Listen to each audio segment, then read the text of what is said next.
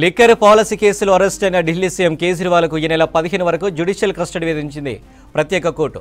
ఇవాళ్లతో ED custody ముగియడంతో కేజ్రీవాల్ను Delhi Rouse అవెన్యూలో ప్రత్యేక కోర్టులో హాజరుపరిచారు అధికారులు. కేజ్రీవాల్కు జ్యుడిషియల్ కస్టడీకి ఇవ్వడంతో తీహార్ జైలుకు తరలించారు అధికారులు. తనను అక్రమంగా అరెస్టు చేశారంటూ ఇప్పటికే ఢిల్లీ హైకోర్టును ఆశ్రయించిన కేజ్రీవాల్ పిటిషన్ రేపు విచారణకు రానుంది.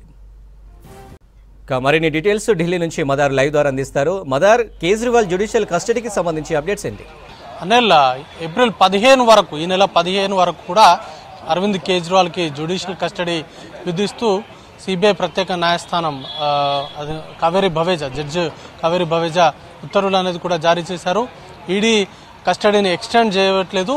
ఈడీకి సంబంధించి జ్యుడిషియల్ కస్టడీకి ఇవ్వాల్సిందిగా ఈడీ తరఫున న్యాయవాదులు, ముఖ్యంగా అడిషనల్ సోలిసిటర్ జనరల్ ఎస్వి రాజు వాదనలు వినిపించారు.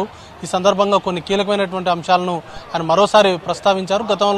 గత విచారణ సందర్భంగా కూడా కేజ్రీవాల్ విచారణకు సహకరించట్లేదు, కొన్ని కీలకమైనటువంటి అంశాల పట్ల మిస్లీడ్ చేసే విధంగా ఆయన స్టేట్మెంట్లు అన్నీ ఉన్నాయి, నాకేం తెలియదు, వాటితో పాటు కొన్ని డిజిటల్ డివైజెస్కి సంబంధించి, ముఖ్యంగా మొబైల్స్కి సంబంధించి పాస్వర్డ్స్ అనేది కూడా చెప్పట్లేదంటూ గతంలో వాదనలు వినిపించారు. ఈరోజు జరిగినటువంటి వాదనలో కూడా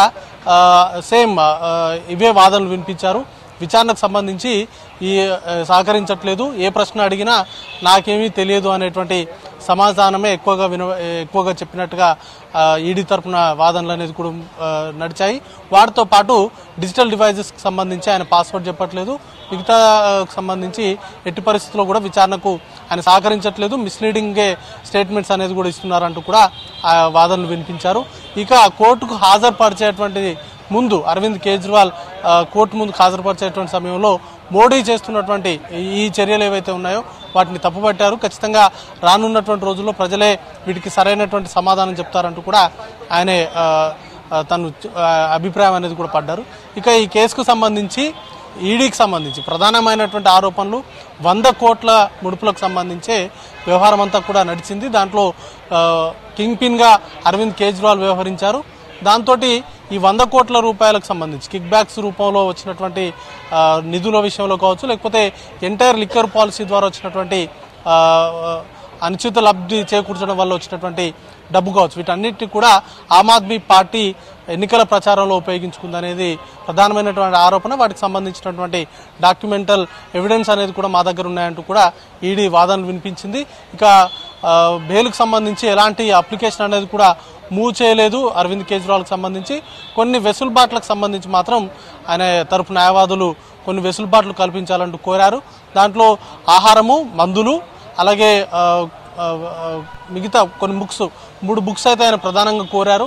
ఒకటి భగవద్గీత, మరొకటి రామాయణము, ఇంకొకటి హౌ ప్రైమ్ మినిస్టర్ డిసైడ్స్ అనేటువంటి ఒక పుస్తకాన్ని, 3 పుస్తకాలను చదువుకునేందుకు అనుమతి ఇవ్వాల్సిందిగా ఆయన విజ్ఞప్తి చేశారు. దానికి సంబంధించి కూడా మరి కాసేపట్లో, అంటే ఆయన కోరినటువంటి వెసులుబాట్లకు సంబంధించి ఎలాంటి నిర్ణయం తీసుకుంటారనే దానిపైన మరి కాసేపట్లోనే క్లారిటీ అనేది కూడా రాబోతా ఉంది. ఇక ఆయన్ని ప్రస్తుతం తీహార్ జైలుకి అయితే తరలిస్తూ ఉన్నారు. దానికోసం ఇప్పటికే రౌజ్ అవెన్యూ కోర్టు కావచ్చు, ఆ పక్కనే రౌజ్ అవెన్యూ కోర్టు ప్రాంగణానికి వెరీ దగ్గరలో నియర్ బైగే ఆమ్ ఆద్మీ పార్టీకి సంబంధించిన కార్యాలయం ఉంది. అక్కడ భారీగా పోలీసులను అయితే మోహరించారు.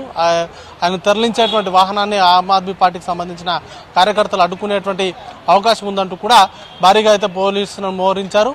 ఇక తీహార్కు సంబంధించి ఇప్పటికే ఈ కేసులో, ఢిల్లీ లిక్కర్ పాలసీకి సంబంధించినటువంటి కేసులో ఆమ్ ఆద్మీ పార్టీకి సంబంధించిన కీలక నేతలు మనీష్ సిసోడియా, అలాగే సంజయ్ సింగ్, వీళ్ళిద్దరు కూడా ప్రస్తుతం తీహార్ జైల్లోనే ఉన్నారు. విజయ్ నాయర్ కూడా తీహార్ జైల్లోనే ఉన్నారు. ఎంటైర్ ఈ కేసులో 10 మంది వరకు తీహార్ జైల్లోనే జ్యుడిషియల్ కస్టడీ రూపంలో వారు ఉన్నారు. మనీష్ సిసోడియా అయితే ఏకంగా 14-18 నెలల నుంచి కూడా ఆయన అక్కడ తీహార్ జైల్లోనే ఉన్నారు. సంజయ్ సింగ్ కూడా సుమారు 6 నెలల నుంచి ఆయన జ్యుడిషియల్ కస్టడీ తీహార్ జైల్లోనే ఉన్నారు. రీసెంట్గా కవితను కూడా ప్రస్తుతం తీహార్ జైల్లోనే ఆమె 6వ నెంబర్ బ్లాక్లో ఉన్నారు.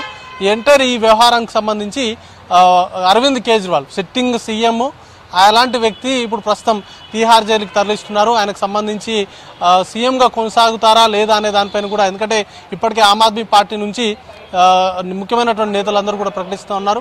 జైలు నుంచి ఆయన పాలన కొనసాగిస్తారంటూ కూడా ప్రకటిస్తున్నప్పటికీ అది ఎంతవరకు రాజ్యాంగబద్ధమైనటువంటి చర్య అనేది కూడా చూడాల్సి ఉంటుంది. దానిపైన కూడా ఒక నిర్ణయం అయితే తీసుకునేటువంటి అవకాశం ఉంటుంది. ఆయన రిజైన్ చేస్తారా, లేకపోతే గవర్నర్ కానీ లేకపోతే రాష్ట్రపతి కానీ ఆయన సీఎం పోస్ట్ పైన ఏదైనా చర్యలు తీసుకుంటారా అనేది కూడా చూడాల్సి ఉంటుంది. ఈ కేసుకు సంబంధించి అయితే ఈరోజు ఎలాంటి బెయిల్ అప్లికేషన్ అయితే మూవ్ చేయలేదు. కానీ సాక్షులను ప్రభావితం చేసేటువంటి అవకాశం ఉంటుంది కాబట్టి ఆయన్ని జ్యుడిషియల్ కస్టడీకి తరలించాలి అనేటువంటి వాదనలు నడిచాయి. దాంతోపాటు ఇన్ ఫ్యూచర్లో ఆయనకు సంబంధించినటువంటి విచారణ చేయాలంటే కూడా ఈడీ రిమాండ్ తీసుకునేందుకు వెసులుబాటు ఉంటుంది కాబట్టి జ్యుడిషియల్ కస్టడీకి ఇవ్వాల్సిందిగా అభ్యర్థన చేశారు. దాంతో 14 రోజుల పాటు అంటే ఈ నెల 15 వరకు కూడా తీహార్ జైల్లోనే అరవింద్ కేజ్రీవాల్ ఉండబోతున్నారు.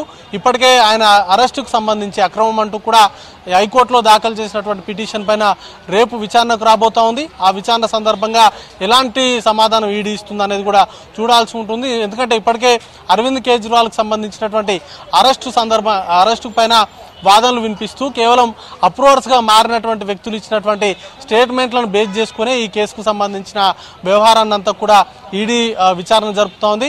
దానికి అప్రూవర్స్గా మారినటువంటి వ్యక్తులు ఇచ్చినటువంటి స్టేట్మెంట్స్ శాంటిటీ ఏముంటుందంటూ కూడా ఈడీ ఇటు అరవింద్ కేజ్రీవాల్ తరఫున వాదనలు వినిపించారు.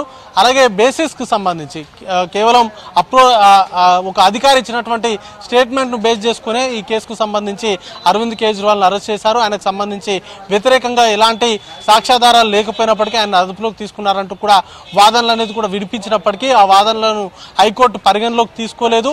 సమాధానం ఇవ్వాల్సిందిగా ఈడీకి సంబంధించినటువంటి న్యాయవాదులకు సమయం అనేది కూడా ఇచ్చారు. రేపు దీనికి సంబంధించిన విచారణ కూడా ఉండబోతుంది. రేపు ఈడీకి సంబంధించినటువంటి అధికారులు న్యాయవాదులు ఎలాంటి సమాధానం ఇస్తున్నారు అనేది కూడా చూడాల్సి ఉంటుంది. ఎందుకంటే పూర్తి స్థాయిలో నిన్న ఇటీవల ఆయన ఈడీ కస్టడీ ముగిసిన తర్వాత కోర్టులో ప్రవేశపెట్టినటువంటి సందర్భంలో ఆయన వాదించినటువంటి వాదనలకు తమ దగ్గర ఎవిడెన్స్ ఉంది, అరవింద్ కేజ్రీవాల్ ఆరోపిస్తున్నట్టుగా దీనికి సంబంధించినటువంటి ఆధారాలు లేవనేటువంటి ఆరోపణలను ఖండిస్తూ వారు ఇచ్చినటువంటి స్టేట్మెంట్స్ కూడా ఉన్నాయి. కాబట్టి రేపు కోర్టు ముందు కూడా అవే వాదనలు వినిపించేటువంటి అవకాశాలు కనబడుతూ ఉన్నాయి. సో రేపు హైకోర్టులో ఏదన్నా రిలీఫ్ వస్తుందా లేదా చూడాలి. దాన్ని బట్టి లీగల్ టీమ్ అనేది కూడా చర్యలు తీసుకునేటువంటి అవకాశం ఉంది. రేపు హైకోర్టులో కనుక ఊరట రానట్లయితే ట్రయల్ కోర్టులోనే బెయిల్ పిటిషన్కి సంబంధించి అప్లై చేసేటువంటి అవకాశం ఉంది. అనిల్.